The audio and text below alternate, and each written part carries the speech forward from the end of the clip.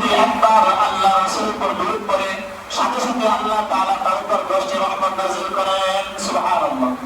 আমি যে রাসূলকে ভালোবাসি একটা দরুদ পড়া শুরু তার প্রতি দরুদ পড়া। এক সাহাবী যখন এই কথা শুনলেন যে আল্লাহ রাসূল আমি তো এই কতটুকু দরুদ পড়লে সবচেয়ে দরুদের হক আদায় হবে, বলে আমি আমার সময়কে যদি ভাগ করে এই 4 ভাগ করে যদি আমি 1 ভাগ করি বলে এটা তোমার জন্য ভালো, 1 ভাগে যদি বেশি করো তাহলে আরো বেশি ভালো হবে। এত বললেন যে আমি যদি 3 ভাগ করি যে ভালো, এর থেকে যদি বেশি করতে পারো তাহলে আরো বেশি ভালো। এরপর 3 ভাগ আমি যদি সারাদিনে 2 ভাগ আপনার উপর দরুদ পড়ি বলে যে এটা ভালো, এর চেয়ে যদি বেশি করতে পারো আরো ভালো। যে আমি যদি সারাদিন আপনার উপর দরুদ পড়ি বলে তাহলে তো তুমি জান্নাতের সুসংবাদ গ্রহণ করো এবং দুনিয়া এবং আখিরাতের চিন্তা থেকে তুমি মুক্ত হয়ে গেলে। সুবহানাল্লাহ। এই জন্য জীবনে একবার হলেও আল্লাহ রাসূলের উপর দরুদ পড়া ওয়াজিব। আপনার অনেক দরুদ আছে, সব থেকে শুদ্ধ দরুদ হলো সাল্লাল্লাহু আলাইহি ওয়াসাল্লাম, বেশি বেশি দরুদ পড়া।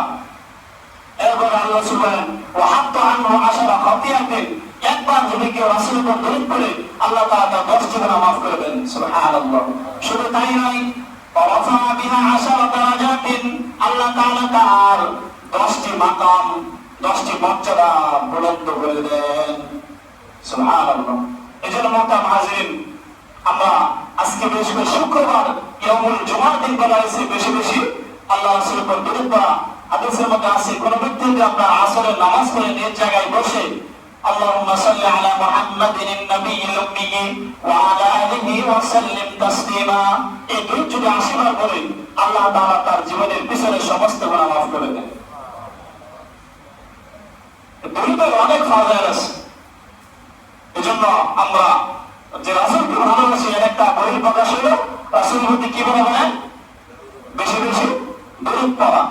আপনি কোন আমলেই যেটা আল্লাহ তাআলা নিজে করেছে এরকম না, শুধু বান্দাকে আদেশ করেছে আপনি মুসল্লা ওয়া আতু যাকাত, তুমি সালাত আদায় করো, যাকাত দাও, কিন্তু দরুদ এমন একটা আমল সেটা স্বয়ং আল্লাহ তাআলাই কি করেছেন নিজে এটা করেন।